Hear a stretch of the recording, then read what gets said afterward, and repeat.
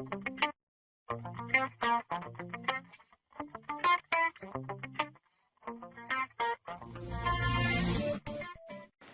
afternoon, everyone, and thanks for joining us today. This is Joe with the LSA, and I'd like to welcome all of you to our webinar series. Today's webinar is titled Top Digital Marketing Trends and Strategies Impacting Local Business, and will be brought to you by our guest presenters Mike and Vandana from Milestone Internet Marketing. So with that, let's get started. Over to you, Mike. All right. Thank you very much, Joe, and thank you, everybody, for attending today. We're really excited to talk through all of these latest fun local strategies and everything in the digital world. Really quickly before we kick things off, just want to give a brief intro to who we are so you understand where we're coming from when we're talking about local. So Milestone Internet Marketing is a full-service digital agency primarily working with the travel and lodging industry. So by full-service digital, I mean we do web design and hosting. We do organic SEO. Obviously, local is a very big part of what we do. We also touch base with PPC, social, review management, and email. And so the reason I bring this up is a lot of these examples we'll be talking through today in local marketing. We'll be using sort of hotels, individual locations, because that's where sort of our bread and butter is. But I think you'll also see the reason I tied in the rest of these marketing efforts is while today the webinar is focusing on local and the local search trends now, we will be talking about several other areas of digital marketing and how they all tie back to local. Because as the web gets more and more complicated and as Google and the other search engines get more sophisticated, all of the different marketing methods tie more and more heavily into each other. So you really don't want to think about local in a vacuum. You want to think about how are the things that I'm doing in the other areas of my digital marketing really impacting my local presence. So that's kind of the overview of today's focus of what we want to do and what we're going to be talking through and how we're going to tie those all back into local. So without further ado, we'll go ahead and get into it. And so you see, even though this is a local discussion, what we want to do is take a quick view of where the digital web was, how we ended in 2014. In terms of what users are expecting, what the user experience is, and when people are trying to find businesses or do business with you online. So from a user standpoint, what people are looking for, they want things to be very visual and relevant to what their needs are. Images, videos, things that are becoming more and more critical. And along with that, people are looking for a seamless experience across devices. More and more people are using mobile, using tablets, using different types of desktops. For the end user, they don't want to have to think about what device am I using to access this content. All they want to think about is, I'm picking up my phone and I need to find this business. It better look good to me when I'm using my phone. Additionally, users obviously are getting more and more involved in engaging with businesses at various levels. Traditionally, obviously, it's been through the phone, through foot traffic, through email. More and more social engagements are happening. People are looking to actually get in touch with a live person in many different ways. And so that demand is only increasing. And then content always has been king, and that's still the same since so many people and businesses are creating content now. And to really stand out, you have to make sure that you're providing real content that people want, things that really add value to their potential end customers. So that's what users are looking for, things that are really relevant to them and will help them in whatever their decision-making process is to buy your products or services. In terms of what the search engines have done in the last year, there's a lot of things going on behind the scenes that, again, users don't necessarily know or care about. They just want a great experience on the front end. To be able to make that happen, Google and the other search engines have had to do a lot of things to really clean up the web and give a lot of great experience to the users. Again, we'll talk a little bit more. I don't know if you're familiar with various algorithm updates, the changes that Google makes to their search algorithms, the way they process the web. All the different changes they make are often given cute little animal names. So that's what penguin, pigeon, and panda are, having to do with quality of data, how Google indexes that, getting rid of spammy content in terms of links. The one that's most important for local search, the latest one is called Pigeon, and we'll talk a little bit more about that today, but that has to do with tying in local search results in with their traditional results. But the basic things that the search engines have been doing is putting heavier impact on social, cleaning up the web in terms of looking for quality content, removing bad links, and moving those to make a better user experience. So moving from 2014, as we look to today, why is local search so important?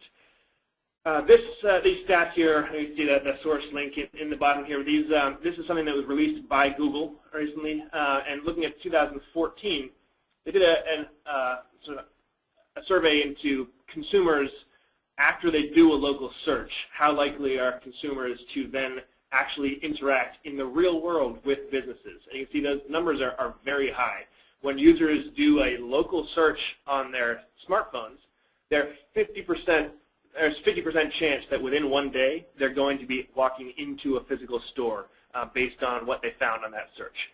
And then same with computers and tablets, you see a third of people doing those local searches are likely to walk in there on foot. So that, really sets the stage as to why local is so critical for you to be able to do business. If people can't find you then online, then they're not going to be coming to you in the real world. Whereas if people do find you, if your presence is strong and better than your competitors, and they end up on your sites and seeing information about you, you're the person they're going to then be visiting on foot in that next day. So that's kind of setting the stage for us of where we were with 2014, why local is so important in 2015, and rather than start going to local search, we actually want to start this discussion of mobile and how mobile ties into local. Based back on those numbers, since mobile is becoming more and more ubiquitous, more and more people are using their phones all the time, we really want to make sure that your presence on the web is optimized for local. So, things like why do we want to look at that? Well, mobile usage obviously is increasing. Over 2014, mobile actually comprised almost half of all web traffic. When you're looking specifically at online shopping sites, now on Amazon, their mobile visits are almost half of all of the visits to the shopping site as well. Tying specifically back to local businesses, though, 3 out of 5 consumers are using their mobile devices to do their local searches. So that's, they're turning to their phones when they want to find something in the real world. And then the big factor there, 80% of local searches on mobile phones convert to purchase. When people are doing that search, they're already nearing the end of their funnel. They decided they want or need a particular product or service, and so they are ready to buy it. So you want to make sure that when they're ready with money in hand, you're the person they find so they can come get what you have for them and have a great experience. So to be really successful with local, and you really need to be present where your customers are looking for you.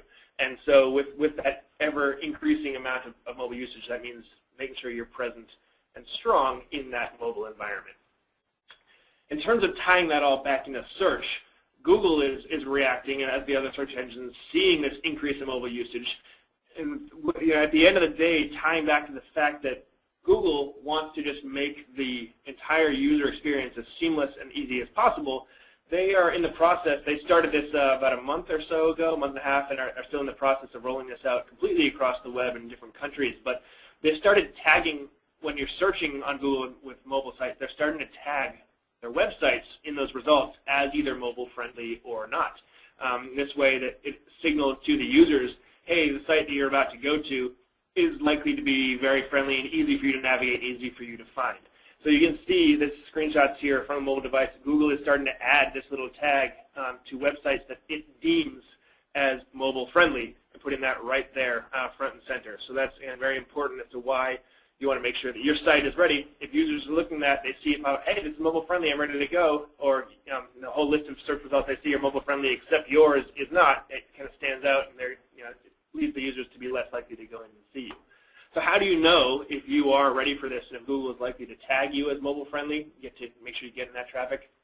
Fortunately, they have tools to help you out, and free tools available for all web hosts and webmasters. So again, because their goal is to have a great site experience, they want you to be able to succeed with that as well. If you just Google mobile friendly test tool, you can get to this URL, but you can see this is part of their webmasters, webmaster tools, mobile friendly. And what it looks like, you put in your URL here, and when you analyze it, Google will tell you what is or is not friendly about your website. So you can put any URL in there, and they look at a lot of different factors.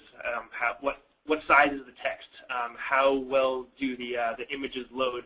How close together do you have links? Would it be easy for thinking about, is it easy for people with big fingers to actually navigate through your site? And there's things that are very important to set. So it looks through those and tells you what's good and what can be updated with your site. And then deeper within Webmaster Tools, they have a full mobile usability report as well that kind of shows and a lot looking at these kind of major concepts, but in a lot more detail across each of your individual pages. What are the things that are strong? What people are able to, how are people able to navigate that?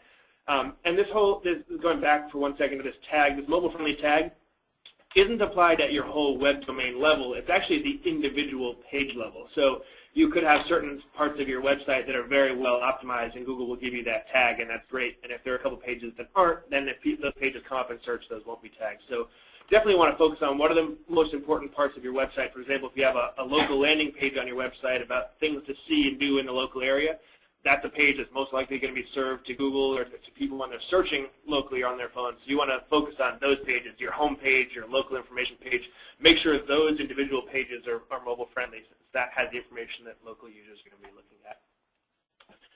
And of course, something you really want to take into account when you're thinking about your website, your presence, is how are you represented on multiple devices. So you want to make sure that you are thinking mobile first, not just desktop, and then coming back and, oh, can my site load on a website? So, or on a mobile device. So think, how does my content show? And there are different ways to do that. You can have dedicated mobile sites, which would be the example of, mywebsite.com/mobile, and that only shows up for mobile devices. Or you can have responsive sites where, based on the programming language, if a user just goes to mydomain.com, depending, the site reads what kind of device and changes the display of the information. So both of those methods, either a separate mobile site or a responsive site, are fully acceptable by Google. They provide, and the other search engines, they provide a great user experience. So whichever type of site, mobile site works best for you based on your budget and your resources.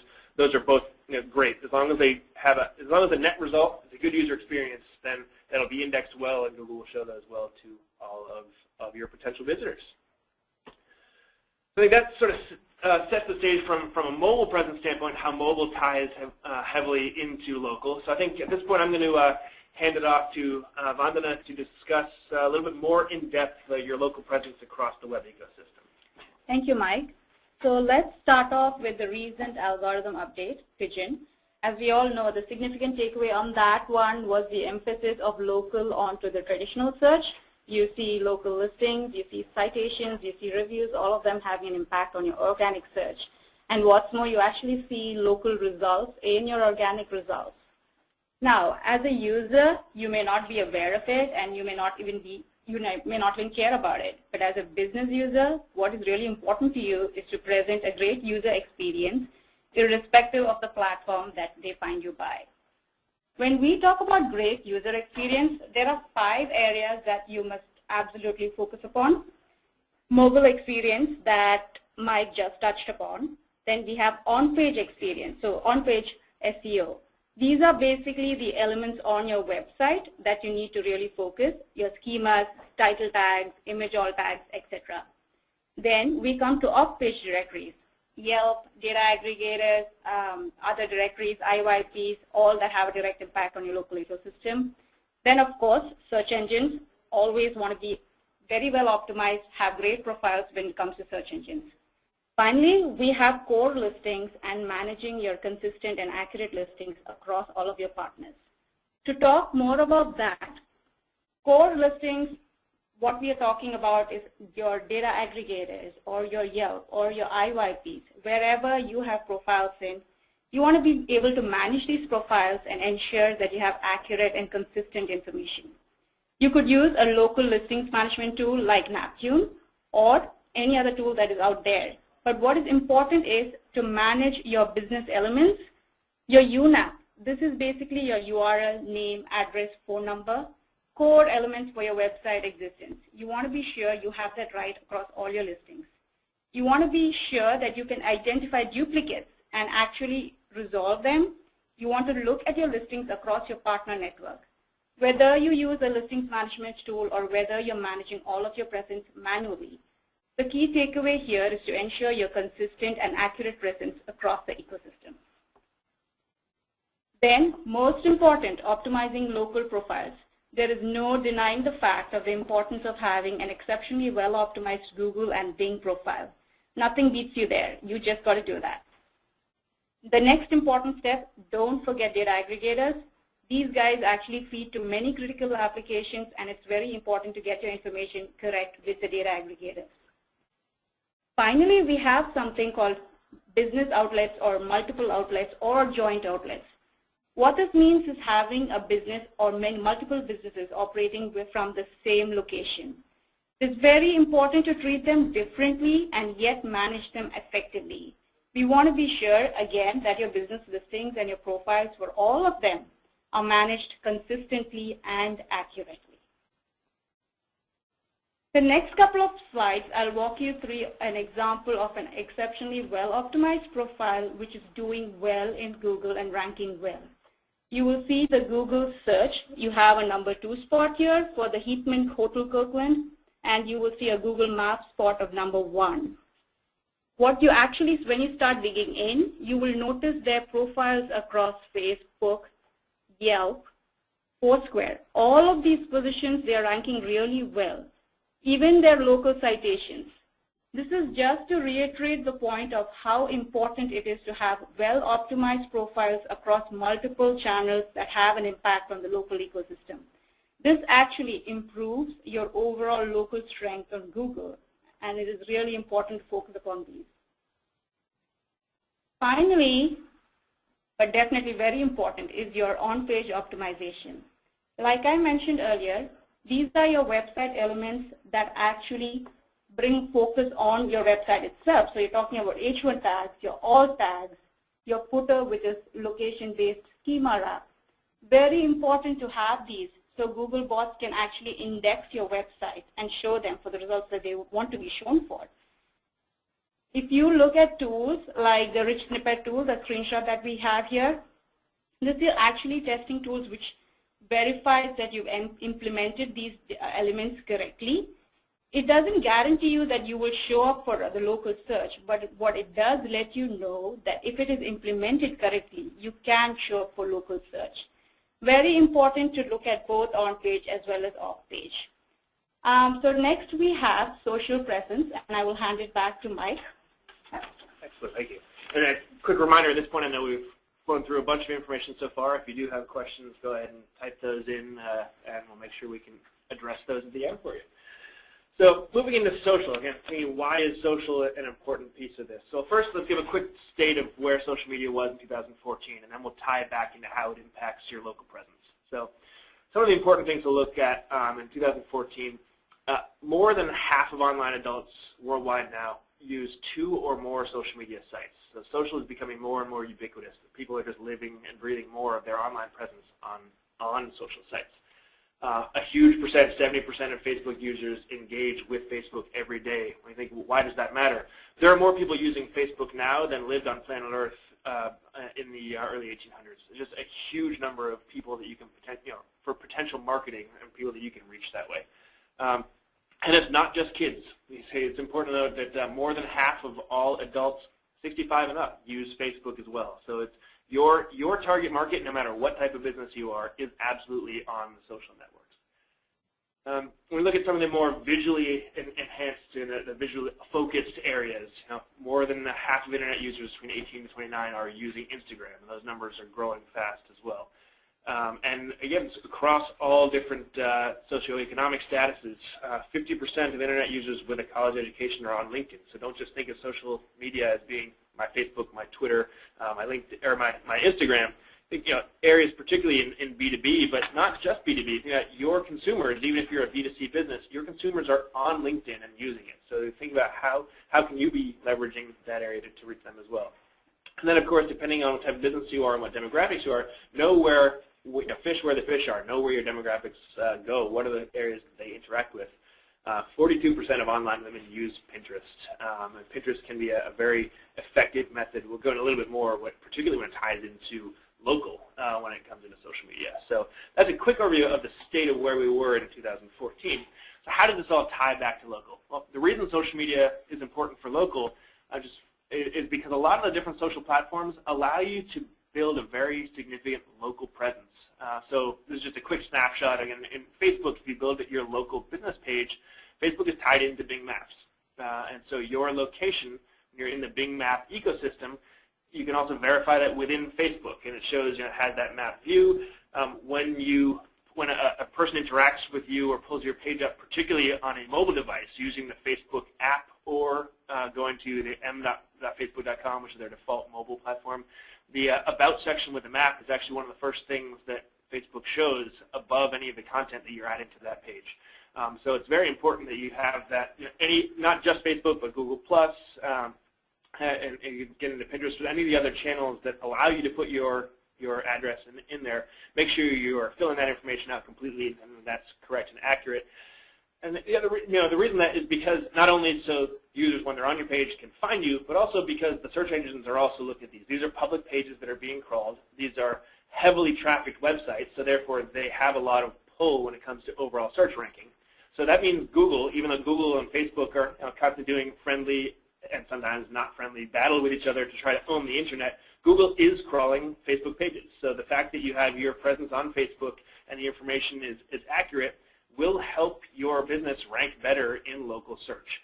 So, and it's important to know that even if you haven't created a page or you don't have a presence on Facebook, other users may already have done so for you by using their mobile device, by checking in. As a user, you can create a business just as any random user. And so if you aren't on Facebook and actively paying attention to that, you need to know that it's likely somebody else has created your presence, and if any other random person not associated with your business created that, it's entirely likely that some of that information is wrong. So you absolutely want to check and make sure that you own that space. You have the ability to make sure your information is right, not just Facebook, but any of those other social networks. Foursquare that allows people to check in and create locations is the same concept. I mentioned Pinterest ties back heavily into locations as well. So this is something that the different social networks, as they're trying to figure out how to monetize themselves better, they need to focus on making sure that they are important to businesses. And one of the ways that Pinterest is doing that is helping with local search. They've started enabling something that they call rich pins. And what rich pins are is that ties back to your website. You can put specific meta information programmed into the back end of your site that tells Pinterest a little bit more about your business. So one of the rich pins types are called location pins. And so there are various data tags you can put in your website that when somebody pins an image from your website, Pinterest will not just show the image. They'll pull in a whole lot of other information from your website, such as the title of the site, the little icon that shows up at the top of a browser, they'll pull that in as well to show that, a shortened version of your URL, just your root domain. They categorize your business, so you can see there's a hotel. They give the general location, Millbrae, California. They'll put your phone number on there as well, so that people seeing that, if they have interest, they call you very easily. And then most critically, they geotag that map. So they're tied into actually Foursquare's database as well of map locations. And so they will associate a specific latitude and longitude with every single one of the images that are pinned on here, so that people, and put a full map on here so that users can see where you're located, what other things are around you. And because that's physically tied with a latitude and longitude, it actually has an impact on Google and Bing local search as well, because Google and Bing crawling these pages see that latitude and longitude, and it improves and strengthens your presence. And they also have this little call to action at the bottom to see more, getting users to click. The key takeaway from this being that even if you don't do anything on Pinterest, if you have photography on your website that people are likely to be interested in and that people are going to want to share with their friends on social networks, you can do one-time implementations of code on your website so that every time any user shares information about you, they're sharing a lot of extra information that also includes calls to action back to your business. So, and you don't need to use Pinterest to be able to take advantage of rich pins. All you need to do is have a website with any photo that somebody might want to tag. And you can do that implementation so that all of your information shows up right. So again, that's tying in why social doesn't stand in a vacuum. Social is connected to your site. It's connected to your local presence. You want to think about how those things all interact with each other. So taking it away from individual platforms and more into the idea of, okay, well, how do I create content across the web that will resonate and enhance both my local search presence and what people are looking for from a local standpoint? You want to think about how am I marketing my content, how am I creating my content, how am I getting those content ideas. So we'll talk through how content marketing impacts local. So from that standpoint, there are a few keys to coming up with a content plan for your website. So You want to start, we'll talk about it, very focused on local optimization and what does that mean? What does it mean to have my content locally optimized? And then we want to think next about what do I need to do to make my content engaging? And engaging doesn't just mean, oh, I'm going to get likes and shares on social. I think engaging means content that people actually want to see and read and that they'll encourage them to take real-world actions about. And then, we've talked a lot about mobile, but how can I think about mobile when I'm making my content together? Multi-channel saturation. I'm not just thinking about my website. I'm thinking about everywhere that my content could potentially go, where users will see it, and it'll help drive them back to my business. And then finally talking about how can I tie this into the real world? How can I see what people care about and what people in my area are talking about? And how can I take those concepts and then bring them back to my site, make them relevant to my business? So those are sort of the major keys. So thinking first about local optimization. How can I create content that matters in my local area? So when you're thinking about content, thinking about local content, don't start by thinking about your business. Think first about why do people spend money in my area? Whether you're a grocery store, a gas station, a hotel, any of those. I mean, there are reasons that people are in your area, reasons that people are coming to it every day, and reasons people are spending money. So think first, put those items together, and then think about what types of things, what kinds of imagery do I have access to that are related to those themes. So if if people I know come to my area every day to visit a really big park in the area, and while they're in that park, they may do some shopping and do other things. Okay, that park is now relevant to my business. If that park drives foot traffic to my area, then that means that park has potential money sitting in there for me. So think about what can I do, what can I leverage, how can I get photos, interesting topics that are relevant to people, and would then give them interest to come to me. But then think about, don't just think about generic topics, but think making it meaningful. I mean, what do they actually want to know? What do they actually care about when they're in your area? Not just does this place exist or does this event happen, but how does that tie back to enhancing and making their lives more interesting and more important or streamlined or that. It's not just about being unique when it comes to local content. It's about being relevant and useful. So you don't want to be the only guy talking about something. You want to be the guy talking about things that matter to the people spending that money. How do you tie that then back into your website? So one thing that you want to look at is making sure that you're taking those themes, those concepts, those local terms, local events and activities, and putting them into your web presence. For example, from the basics of how do I make sure I'm ranking for local search, make sure that you're using the name of your location in places that make sense in your site. So in your title tags, if you're located in Jupiter, Florida, make sure that that name Jupiter is in your title tag. Again, with your H1 tags, your different headers, make sure you're repeating that because these are areas that Google bots look at. So do it in a way that still makes sense to people reading it, but make sure that you have those listed so that they get indexed by those bots. And then not just those individual real or physical locations, but make sure you have sections of your website dedicated to talking about the things people care about in the area. So exploring your local area. What are the things that they can do? What are the major attractions? What are the things, if someone's doing business with you, what else might they be doing that day or that time when they're in there? And have relevant, useful information about that, the things to do. Give people a reason. Give the search engines a reason to make you relevant, and also give people what they're looking for so they don't have to be going to 30 different websites to find that information. In terms of coming up with content ideas, getting back into the whole social concept, something that Facebook has been focusing heavily on for the last couple of years is really enhancing their own search features. And so I know a lot of people, when I search the web, I don't necessarily go to Facebook and search for things. That's something that Facebook's trying to change. I don't know, how successful they're going to be at that or how quickly they'll be able to do that. But as marketers, the amount of data that Facebook has access to and the way they enable us to play with and parse that data is incredibly strong and useful.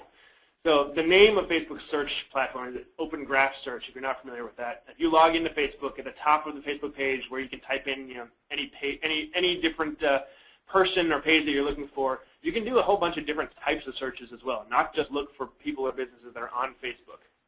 Facebook indexes information about their users constantly. So a couple of examples I put up here. Let's say, if I'm trying to create local content, ideas to either put on my social channels or ideas, things to talk about on my website, maybe I want to know what businesses around me are relevant to the people that do business with me, the people that like me. So if I put in this Facebook in their search bar is places visited by people who like Milestone Internet Marketing. Like is a big key phrase with Facebook. So that's an action that means that so what Facebook is doing here is looking at all of the people that are fans of the Milestone Internet Marketing Facebook page. What other places in the world have they physically been to? And it populates a list for me right here. Here are all the other areas, all the things that people that already do business with me, people that I know that spend money with me. What are the things that they also like to do? So that tells me, okay, well, these people that already spend money with me like to do these things, then there are probably a lot of people that like to do and see these things that aren't spending money with me yet. So if I talk about or find ways to make this relevant to my business, then I'm able to reach new people that are very likely, very highly targeted and ready to do business with me as well. So that's one way to put in a query there. Places that people have visited that like my business. Other way to get themes and concepts, other pages that people have liked who like my business. So if you put in your business name here, people who like that, what other pages do they like? What are the content? What are the things that they are interested in? What have they explicitly told Facebook, hey, I like this, I enjoy this? Figure out, so there are a lot of different ways that you can look through and utilize Facebook Open Graph Search. As a marketer, it's incredibly powerful. As a user, it's kind of scary, but you can even dial this down instead of saying pages liked by this. You can say people who like certain locations that like my business, and it'll give you lists of those people and gives you photos. What do they take pictures of and things like that? What are the specific things they're talking about? Click into those detailed posts. So use that, play with that. Use it as a way to get topic ideas, things that are relevant to the people that are spending money with you.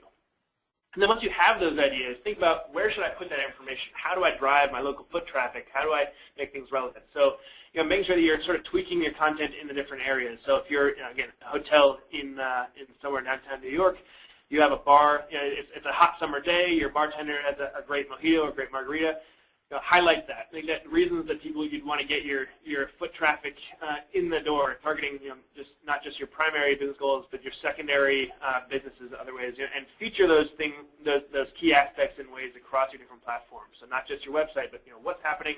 If it's a hot day, people are probably looking for a bar when they're walking home from work. How can I benefit or give value to those people and get them in there? Use that foot traffic.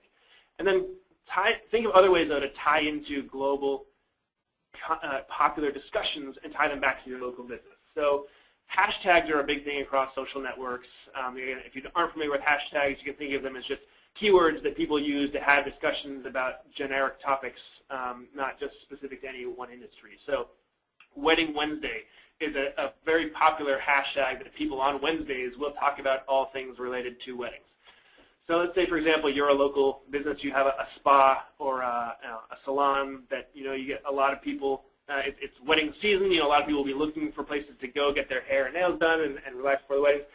Tie into that. Use those hashtags where people are talking about weddings and build them into features and posts that are likely to appeal to people in your local area that's going to drive foot traffic. So using those global conversations, you'll see all the different social networks hyperlink those. People do actually search and scan through those. So using hashtags is a way to reach new audiences that you aren't directly connected to with relevant information that actually builds use to them. Other ways to look for local relevancy for people that are already spending money with you. Think about reviews. Reviews are incredibly useful from the standpoint of what do people like and not like that from the people that are spending money with me. And so looking for keywords in those reviews is very important. But from a local standpoint, what are they saying about you, but what are they also saying about the area around you?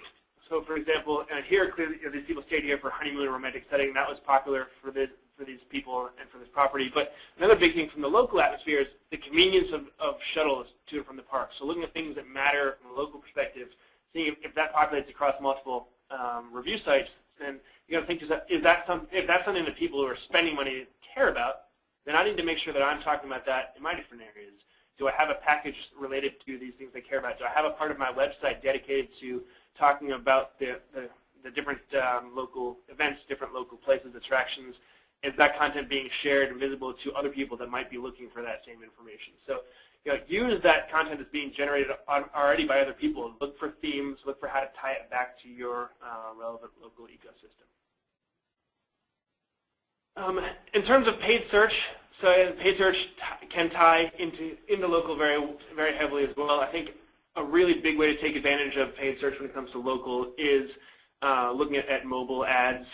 Mobile conversions tend to be much higher. Again, tying back to the that first slide or near the beginning, showing that how likely people are to visit you in your physical location after doing a search. Same concept. So because of that, that's why mobile searches convert at a much higher rate. When people are doing that search on a mobile device, they're usually closer to that endpoint. They've already started, they've done a lot of their research already, and they're ready to buy. Mobile ad spend is rising dramatically. It's estimated to be about $35 billion being spent on mobile ads in 2015. You can see a steep increase. The estimate on that is up to $60 billion by 2017. So you want to make sure that when you're thinking about your mobile ad spend and where you have dedicated, don't have mobile in the back of your mind. Make sure that that's top of mind and you have a good portion of your budget allocated to mobile. And the important thing, though, is when you're doing that, don't just take your existing mobile strategy, or I'm sorry, your existing ad strategy and throw it on mobile.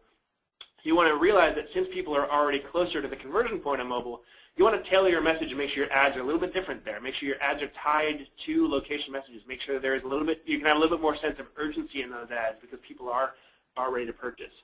I think the key factor, particularly when it comes to Google ads, when you're doing your mobile, and it is important for desktop as well, as the screenshot shows, but where it matters even more with mobile, is including Sitelink Extensions. So if this isn't something you're familiar with, this term, Sitelink Extensions, is part of Google ads. That's the phrase. That's how they refer to it.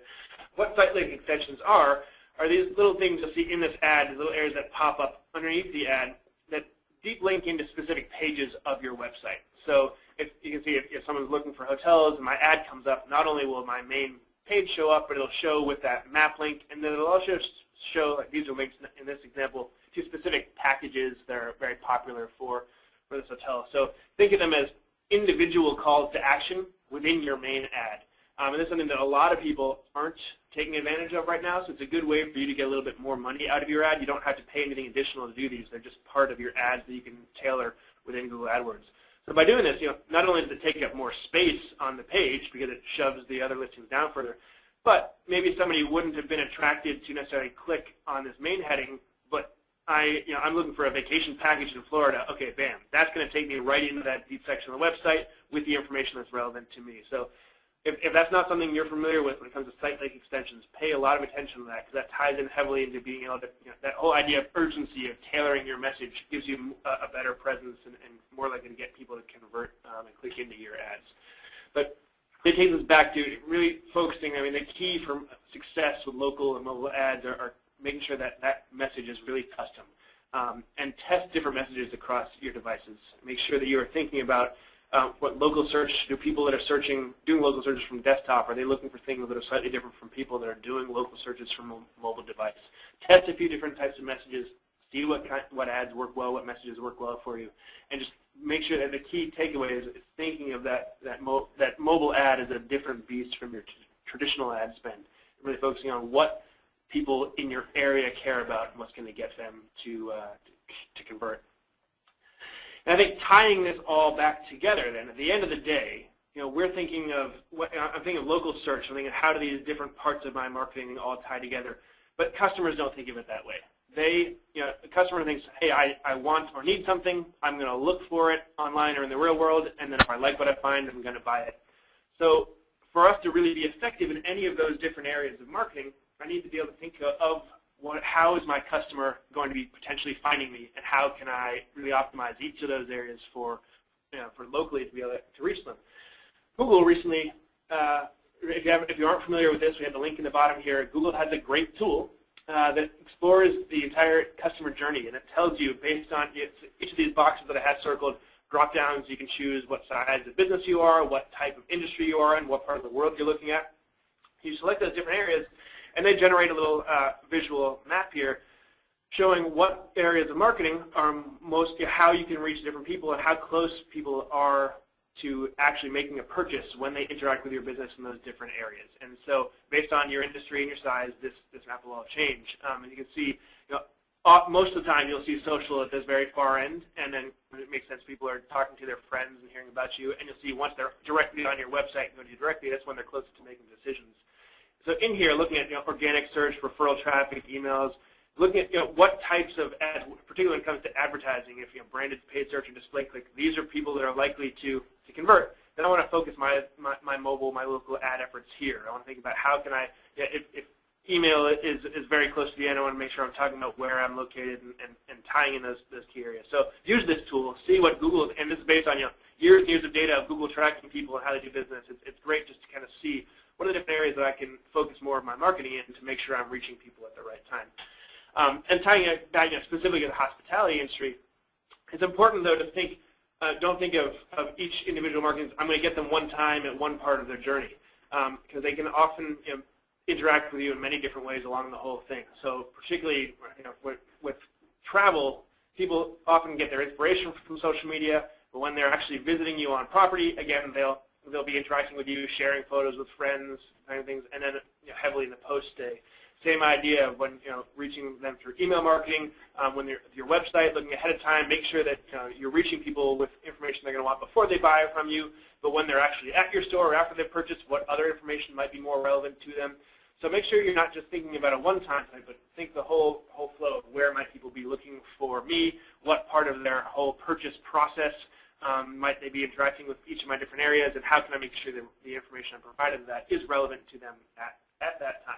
If you can hit them and satisfy their needs along that whole journey, you are going to be the go-to for both people and for the search engines. Because again, Google and Bing make you rank well based on how they think you're going to be able to answer your potential customers' questions. The more satisfied people are with the search results, the more they're going to use it. That's how Google makes money, is by getting people on there. So if you fill what people want, then you also fill what Google wants, and you'll rank better. So I think that brings us really right into make sure we have time for the Q&A here. So I think the key takeaway is when you're thinking about local search, don't just think of how do I show up in maps. You want to make sure that you're tying all these together. Mobile is critical. How does my content show on mobile? Am I optimized and ready so that when people are looking for me on their devices and looking in my area, they can find me? Tying it, how is my presence across the web, the internet yellow pages, the data aggregators, the different map listings? Am I listed correctly in all those areas? How is my social presence? Is it optimized? Is my content flowing there? Am I not just sharing content on my website, but am I sharing it on all the different possible areas? And am I talking about things that people actually want to know about in my local area? And then how am I appealing to them directly with those urgent messages, those things that when they're actively here trying to buy something, is my ad showing up right with the message that I want? And then think about how am I satisfying them along the whole way? Am I getting their inspiration? Am I getting them in the information when they're in my area? And am I able to follow up with them and give them relevant information after they've made the purchase so they'll continue to want to do business with me? So at this point, I'd like to turn it back to Joe for Q&A. I think thank you all for listening and attending. If you have additional questions or comments that come up after this that we don't have a chance to get to, you can find us at a bunch of different places on the web. There are great areas to comment on our blog, tweet us, ask questions on Facebook. Also, this email, sales@milestone, goes into our feed that we'll make sure whether they're product related or whether there's topics, questions about this webinar and concepts, we're happy to get back to you on all of those. I've seen studies that showed consumers rarely use social media as a replacement for local search when shopping for a business or service. Therefore, are social media sites more important as a strategy to enhance local search rankings? Yeah, that's a great question. So I think we have definitely seen that people will purchase based on information they see on social, but that's usually not where the purchase happens. And you can think of social media as kind of the cocktail party of the internet. People are there to talk about things and have fun, but they're not really thinking about buying then. So you want to use your social media, yes, absolutely, as a way to enhance local search, but do it in a way that is also compelling and interesting to users. So talk about local events, local attractions, things that are happening, but phrase them in ways that still provide value to the people that are finding you that are on your social channels engaging.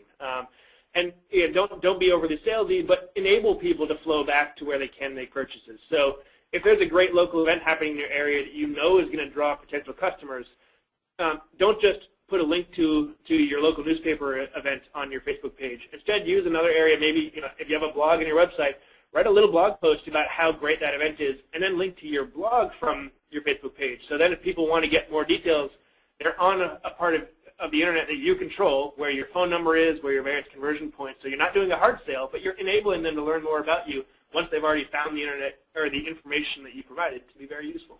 Has there been any studies on whether PPC ads or highly ranked organic rankings generate more clicks when they appear on the same page? The short answer to that is, particularly when it comes to local and mobile search, because with a mobile platform, because so much of the search page is dominated, the top part of that search results page is dominated by ads. If there are 2 or 3 ads at the top of the search results, people aren't going to even scroll down into the organic results. Because of that, it's more and more clicks are going to those ads. In terms of how they directly, or whether that increases number of organic clicks, again, Google and the other engines say publicly no, but we have seen some correlation there with when you're running local ads, when you're running the PPC, we have seen increases in organic click-through as well. So again, the official answer, I believe, is no, but having an additional presence, the more people see you, the more likely they are to click you. So if they see your ad and then they do scroll down and see you again, whether they realize it's whether subconscious or an act they're taking on purpose, they're seeing you multiple times, it gives them more reason to actually click in. Do social media rules apply to industrial categories and other commodity-type B2B sales? For example, if a client sells electrical switches to gas refineries, does Facebook really help? Yeah, no, that's a fantastic question. So I think what you do on Facebook in that specific example will be very different from what you would do on Facebook if you're appealing to a B2C local environment. So yes, Facebook helps in that if you have a physical location, the people, whether it's a B2B or B2C, if people do come to your location to do business, you want to make sure you have a Facebook page that is very well optimized. You have a great about area, you have your descriptions, you have your map section filled out, because that is inherently tied into local search, and because of the recent, particularly with Google's recent pigeon algorithm, which again the takeaway from that is local impacts organic search more heavily than it did in the past. Yes, having that presence will help your local organic search, or help your overall organic search. A big part of Pigeon was including signals like reviews and making that have an impact on organic search.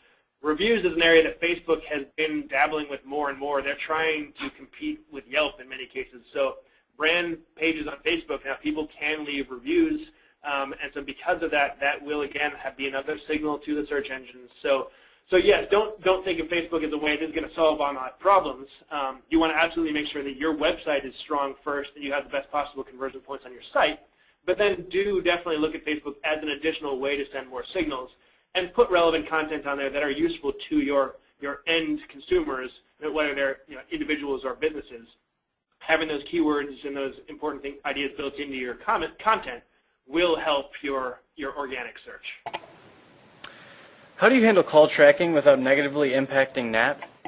So we know historically Google has always preferred us to have like the local number listed, but the number of questions that come up with call tracking, they have started introducing, I believe, the primary phone number and the secondary phone number. It is kind of tricky. It is just about starting up, and it requires a lot of maintenance, but the important thing, again, that ties in is consistency. You want to be sure you're still showing your local number in every place, and you're doing that consistently. So again, it's something that they're starting rolling out, so tricky, but managing effectively would pay off. And a quick reminder for people, NAP is a reminder, is name, address, and phone number, and that's the key signal that search engines look at. However you're listed across the web is my name, address, and phone number the same everywhere. And that's where it gets tricky tying into call tracking. Is you might want to use an 800 number that on one site, so I know that all the phone calls that came in from that 800 number were because of my placement in a certain directory and ad. So yeah, Google they had traditionally frowned upon that because it's difficult for them to notice. They see that as inconsistencies. But the real world doesn't operate that way. So Google is definitely making strides to mirror more of the real world. So yeah, they're having the primary and a secondary phone number. Make sure you still have your local area code number, but you can also add that call tracking number as well. So I expect to see that change more and more. Google and the others are just starting to try to figure out how to handle that, but it's important to be able to track conversions. So it seems like the search engines are trying more and more to follow what the real world actually needs. So if I don't have a physical location, how do I optimize for local search? So that would be something, like Mike was saying, virtual offices are not something that Google actually likes you to have a local presence with. but they do consider the service areas. So if you have a service area that you cater to, most of your clients are there in the service sector, then you can go ahead and implement that. They do have an option for that.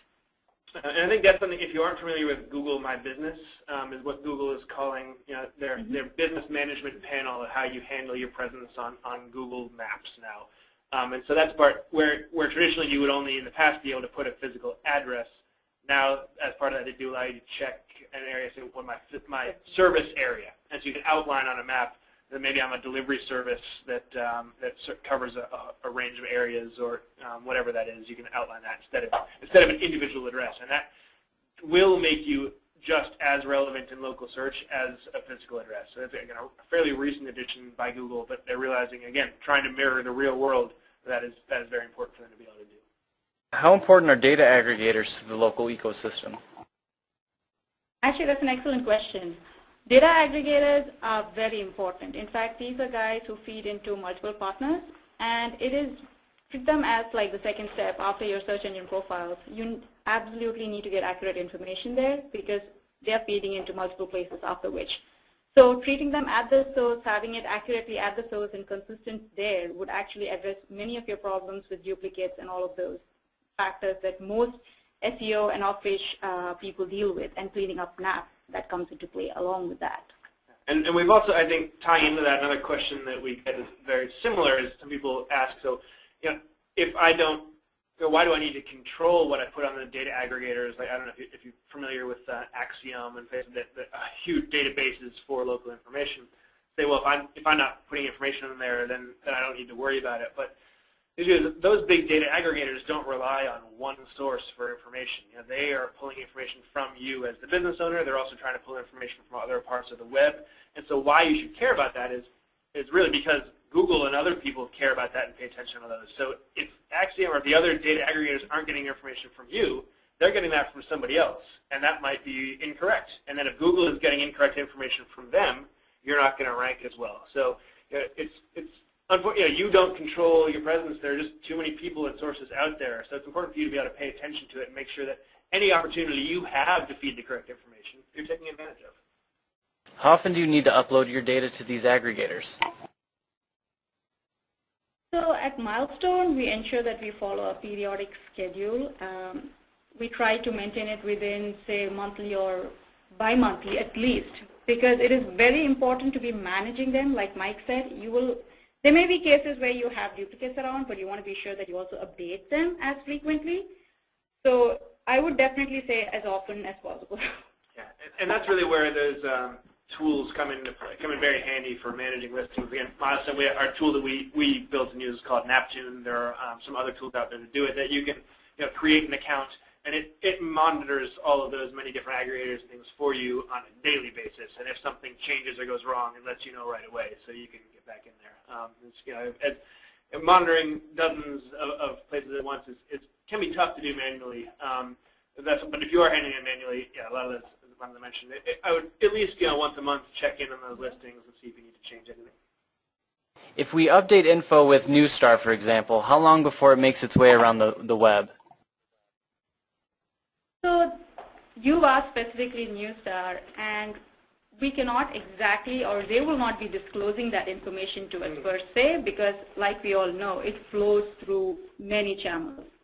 But probably a safe answer to understand, which we follow as rule of thumb, is kind of a 6 weeks rule. So within 6 weeks, you should start seeing the updates or the ads that you presented, Newstar. These are aggregators, huge guys. They're feeding multiple channels. So I guess a good starting point would see the channel that you want to target, and they're looking that you want the updates to see. 6 weeks is definitely a rule of thumb that we go by here. It's a long time, but at least it's a safe estimate. And I guess that definitely also highlights the importance of paying attention to your NAP, your name, address, and phone number regularly, because if for whatever reason a phone number gets changed or your address is wrong or something, it can take a decent chunk of time to get that updated, even if you are directly working with somebody like Newstar. So, so that's why you want to identify those potential problems as quickly as possible and get those resolved quickly, so it doesn't negatively impact you across the web, so you don't take a hit from for local foot traffic and people you're trying to reach. Yeah, and I do want to reiterate because you also want to see which channel that you're looking at. It could be a primary feed, a secondary feed, or a tertiary feed, which means you will only be adding to the timeline there. So yes, you can definitely give an answer 1 week, 2 weeks, but it's good to go by a safe estimate and understand which channel you're targeting. Okay, great. We'll go ahead and wrap up then. Thanks, Mike and Vandana, for conducting today's webinar, and thanks to everyone for attending today. If you have any questions or would like to be connected with today's speaker, simply email us at webinars@localsearchassociation.org. In addition, we have some exciting webinars coming up from Yahoo and Ads Local. You can get all that information on localsearchassociation.org/webinars. And one last thing that I want to mention today, don't forget that our conference is right around the corner. In addition to today's webinar presenter, Milestone Internet Marketing, companies like Yahoo, ReachLocal, XAD, Bing, YP, and a whole bunch of others in the business of local will be in attendance. So just want to let everyone know that the early bird ends February 20th, so just 8 days away. So go ahead and get on there and save $200 if you register, within that time frame. So thanks again, everyone, and have a great day.